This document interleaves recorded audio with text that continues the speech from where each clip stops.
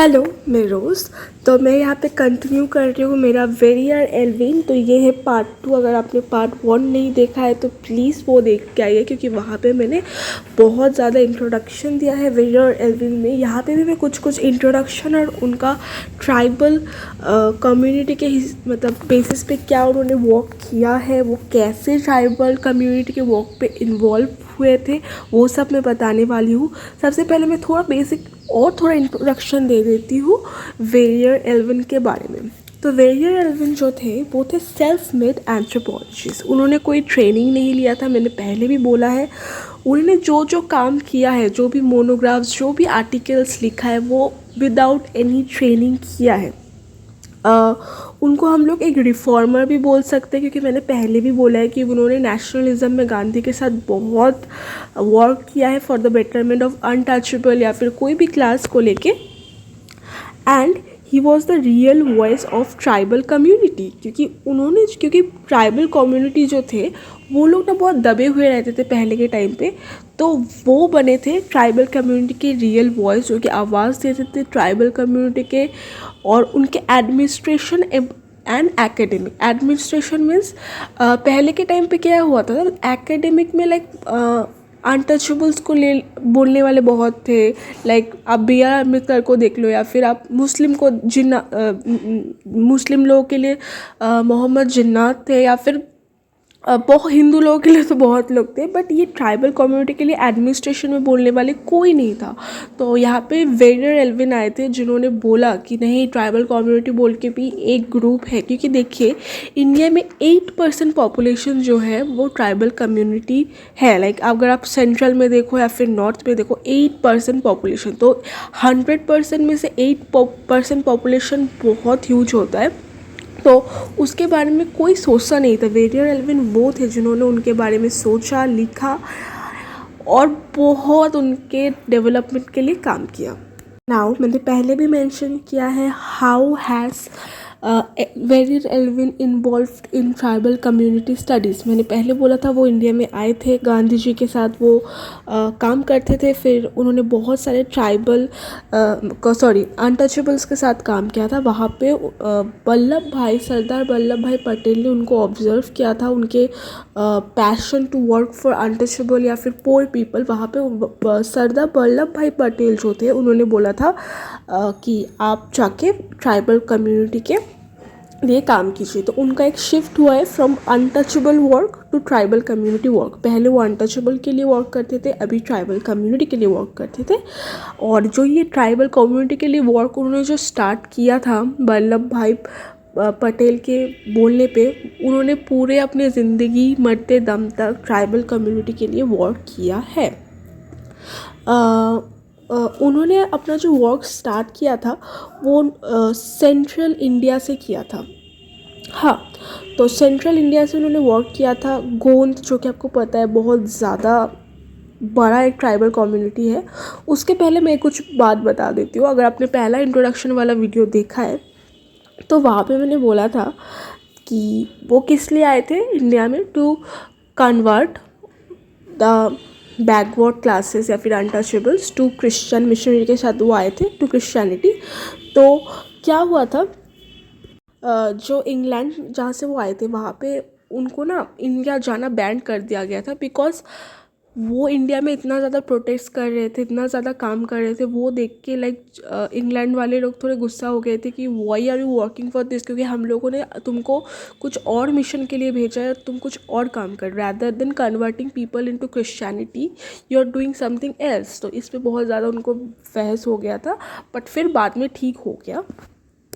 और उन्होंने जो था, मैंने पहले भी बोला था, वो एक मॉन्ग बनना चाहते थे या फिर प्रीस्ट बनना चाहते थे। फिर बाद में आफ्टर उन्होंने जब ट्राइबल कम्युनिटी के साथ वो कनेक्ट हुए, उन्होंने ना अपना रिजेक्ट कर दिया, या फिर आप बोल सकते हो उनका जो कनेक्शन था विद चर्च या फिर जो मतलब मेंबरशिप था चर्च में, उन्होंने उसको रिजेक्ट कर दिया इंग्लैंड के साथ या फिर प्रीस्ट के साथ, प्रीस्ट बनने का। क्योंकि उनको एक सिंपल लाइफ जीना था विदाउट एनी सब्सिडीज़ या फिर ज़्यादा मतलब एफर्ट्स नहीं देने।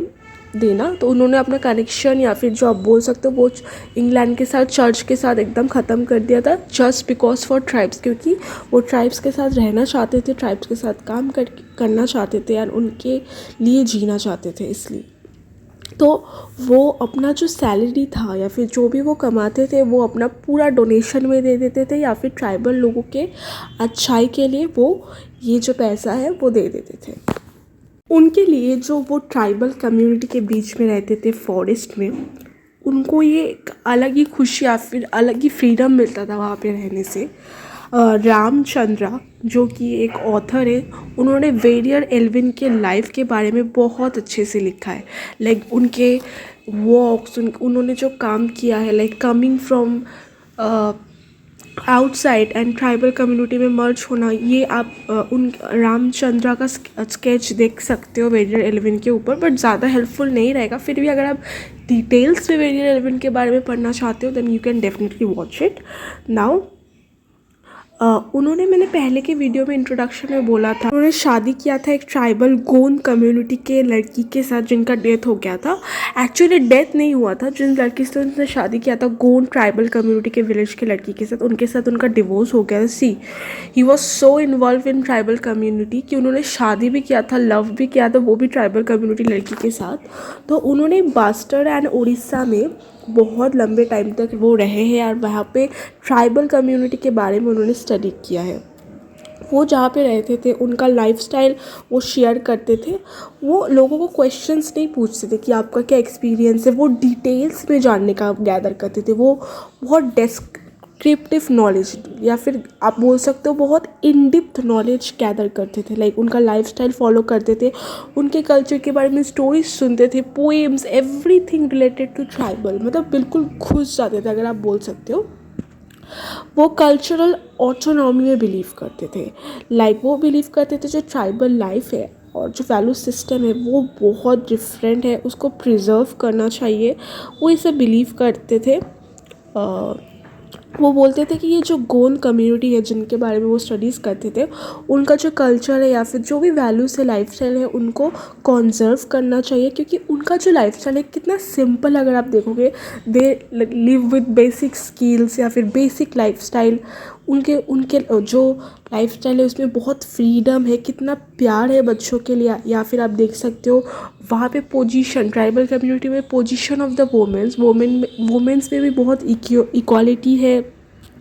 ये सब जो वो चीज़ें देखते थे ये सिर्फ वो ट्राइबल कम्युनिटी में देखते थे। अगर आप बाहर के, वो बोलते थे अगर बाहर के मतलब दुनिया के लोगों को सीखना चाहिए कि ट्राइबल कम्युनिटी में इतना प्यार, इतना लाइक सिंपलिसिटी है, बट बाहर अगर आप देखोगे हम लोग के टाइम पे मॉडर्न वर्ल्ड में यहाँ पे सिर्फ नो नथिंग, वो ये सोफिस्टिकेटेड मॉडर्न वर्ल्ड को एक मैसेज देना चाहते थे कि जहाँ पे नो प्यार, नो सिंपलिसिटी, जस्ट कंपटीशन। आप ट्राइबल कम्युनिटी को देख के सीखो, मतलब उनको ज़रा ऑब्जर्व करो, वो ये मैसेज देना चाहते थे।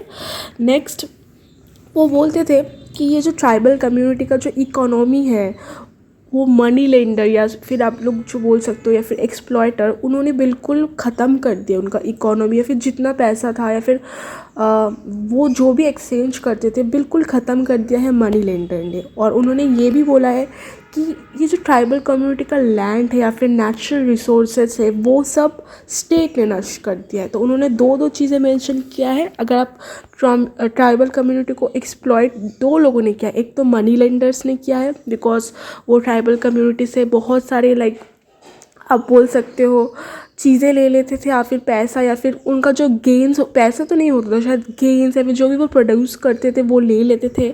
या और अगर आप स्टेट्स को भी देखो, क्योंकि स्टेट्स ने क्या क्या है, बहुत सारे जो लैंड्स है या फिर फॉरेस्ट है उनको लाइक रेलवेज़ बना दिया है, या फिर गवर्नमेंट प्रोजेक्ट में या फिर इंडस्ट्रियलाइजेशन में ये कर दिया है। तो ये सब से ना क्या होता है, ट्राइबल कम्युनिटी का जो लाइफ होता है उनके वेरियर एडमिन के हिसाब से ये सब नष्ट हो चुका है।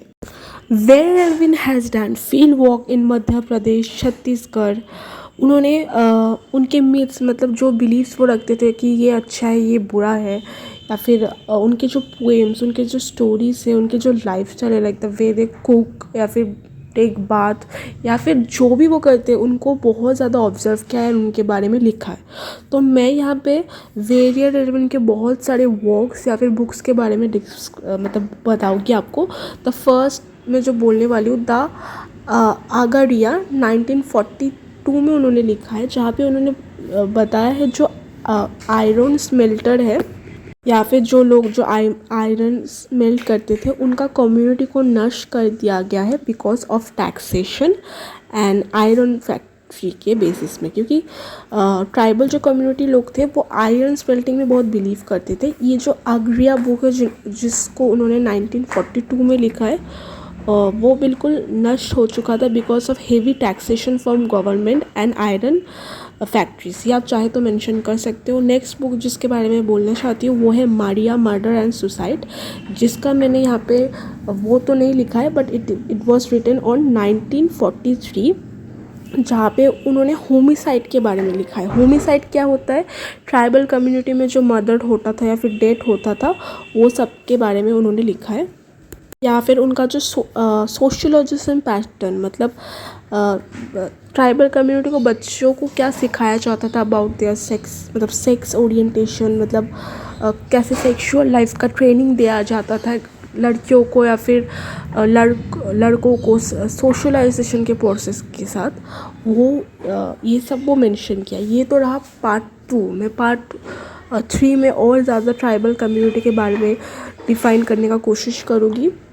तो आई होप आपको मेरा ये जो वीडियो लेक्चर है वो पसंद आ रहा है। अगर आपको कोई भी डाउट हो रहा है आप मेरे टेलीग्राम चैनल पे मेरे को मैसेज कर सकते हो, या फिर कोई भी मैं गलत कुछ बोल रही हूँ या फिर आप मुझे करेक्ट करना चाहते हो, please do let me know in the comments, या फिर आप ज़्यादा कुछ फैक्ट्स शेयर करना चाहते हो also right in the comments. Thanks for watching. Part 3 में मैं और डिटेल्स में बताऊँगी उनके बुक्स के बारे में and works on tribal community. Thanks for watching, bye guys.